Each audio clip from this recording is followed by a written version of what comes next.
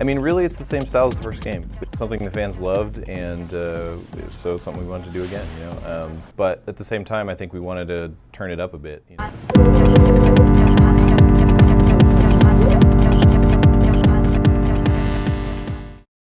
Tuesday, September 18th, 2012. PewDiePie had just posted whatever this is. Shut up, Al! And one of the best games of the year had just been released.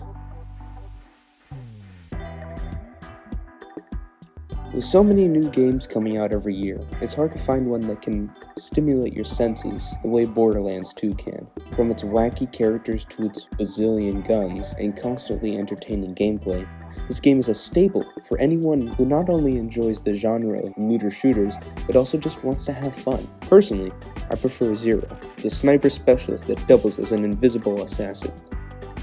Of course, only one can be chosen to play as for the entire game. The great thing about all these characters and their interaction with the game is that there's so much balance between you and the enemy types.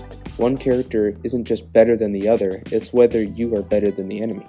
Axton, the discount Chris Evans lookalike, can throw down a turret, useful during bosses, masses of enemies, and everything in between.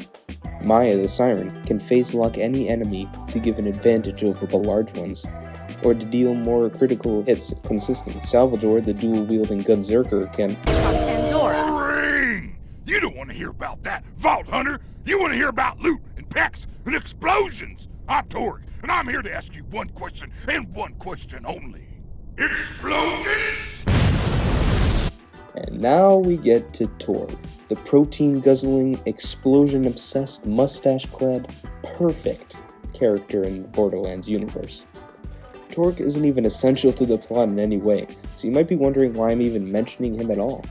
Although this might seem like I'm exaggerating, but it is my official opinion that Torgue High Five Flexington is the best character in the entire Borderlands franchise. Fight me. For those who don't know who Torgue is, Mr. Torgue is the head of Torgue, obviously, a weapons manufacturer in the Borderlands universe making pretty good shotguns, heavy machine guns, and sniper rifles, voiced by Christopher Rager, known for his roles as Mr. Satan in Dragon Ball, Arlong in One Piece, and many other characters from other shows. But what makes Mr. Torgue so great is how memorable he is. Mr. Torgue captures the gritty, yet hilarious side of Borderlands in a way unmatched by others in the game. Although the entire cast of characters in Borderlands all have terrific performances, I believe Torgue is the best.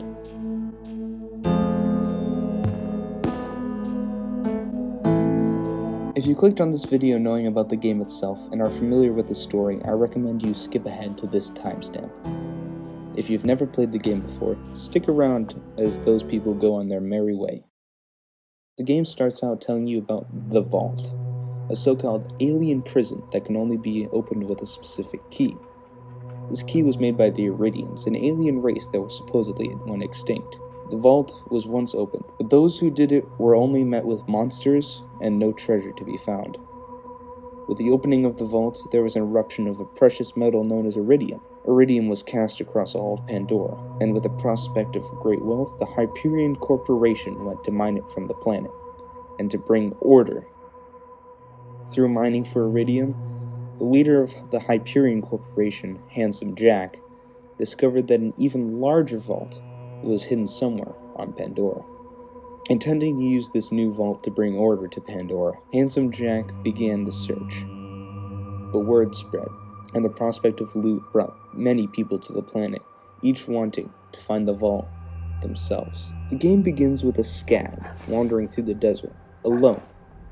Dust is kicked up by the wind as a billboard is shown with the game's main antagonist, Handsome Jack, posed with his arms open and with the words, "Vault Hunters Wanted" plastered under it. The sound of a car speeding closer gets louder, until it hits the scag, knocking it off its feet.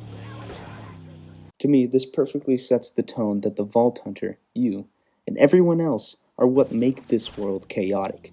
Although the natural beasts of the planet are vicious, the people on the planet make it what it is. A hilariously dangerous wasteland.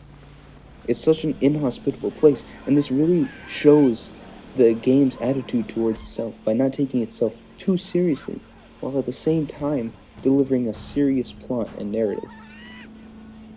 Kind of. The car speeds along with the bandits in the back.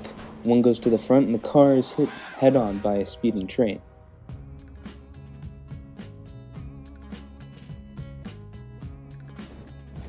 And the credits roll in a way that can only be described as Borderlands style.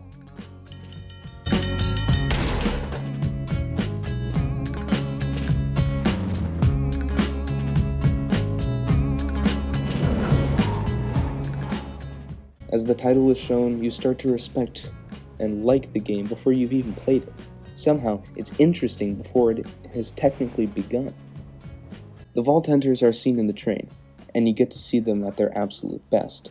The way everybody in this part runs away is so perfect to how their characters are. Zero jumps into the roof stealthily, Salvador dangerously jumps outside of the moving train, Maya runs directly in the middle of the train car, while Axton follows as shots whiz by their heads. Axton throws up a turret to make some cover fire, and the characters are introduced. I would call this intro a sort of Avengers assembly, or more of a mercenary medley. In a playful and interesting way, it shows the abilities of all the characters so you can later decide on who you connect more to, and ultimately play as during the game.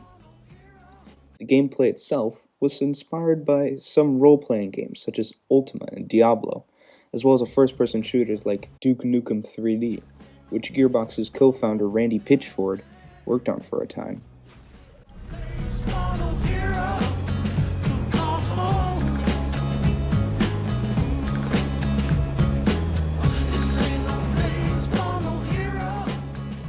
After running through the train, the team comes upon the fake Handsome Jack in a chair, next to a large amount of explosives.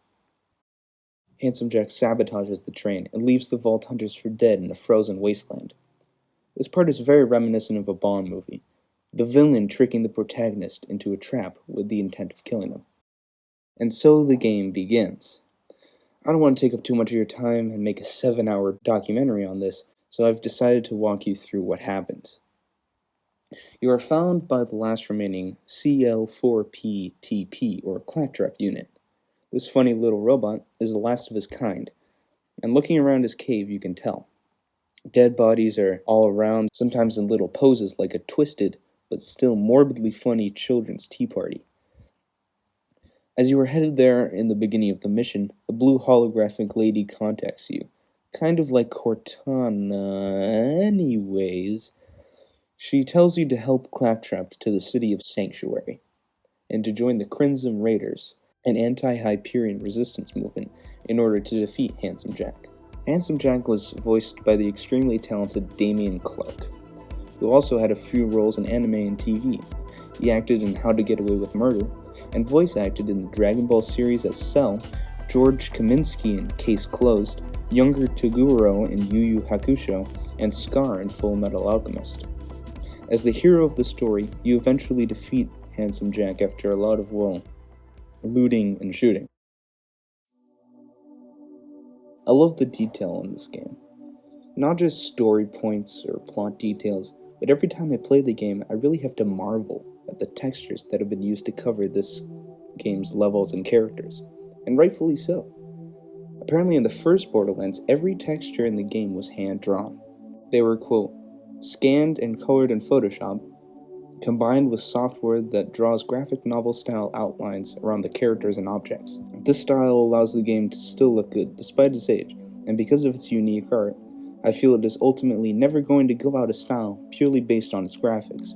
This combined with its exciting gameplay loop means the game will never truly go out of style as long as there's players to enjoy it.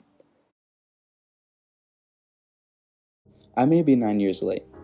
I may not have played this game on release, but I know for sure that this game is great.